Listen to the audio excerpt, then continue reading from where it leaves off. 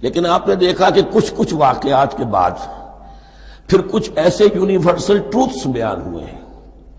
ایسے عظیم حقائق کہ جو ابدی حقائق ہیں،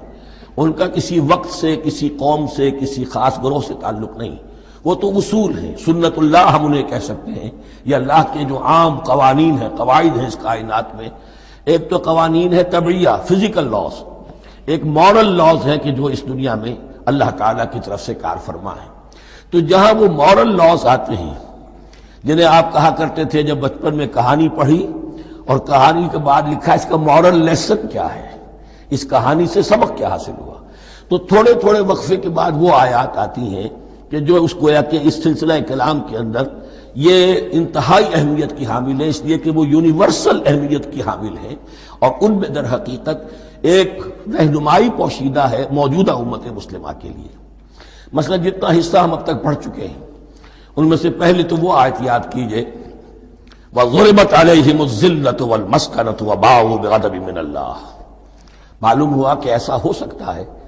کہ ایک امت مسلمان ہو، اس پر اللہ کے بڑے فضل ہوئے ہوں، بڑا اکرام ہوا ہو، بہت انعام ہوا ہو، پھر وہ اپنی بے عملی یا بد عملی کے باعث اللہ تعالیٰ کے غضب کی مستحق ہو جائے اور ذلت اور مسکنت اس پر تھوپ دی جائے۔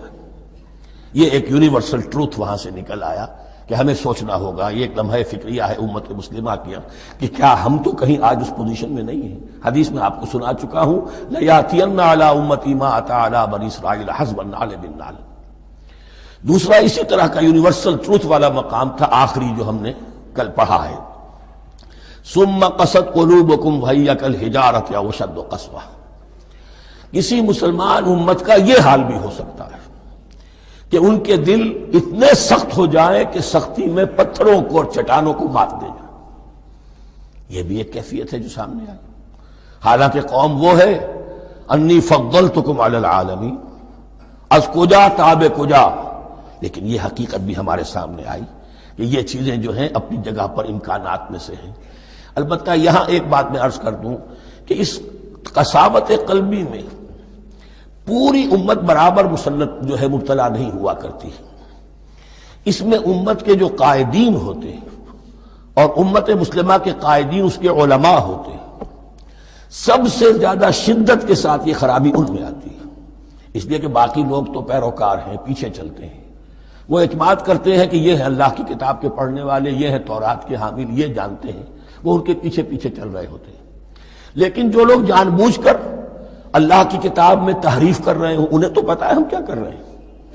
جو لوگ جان بوجھ کر حق کو پہچان کر اس کا انکار کر رہے ہیں انہیں تو پتہ ہے کہ ہم کیا کر رہے ہیں۔ در حقیقت یہ سزا ان پر آتی ہے۔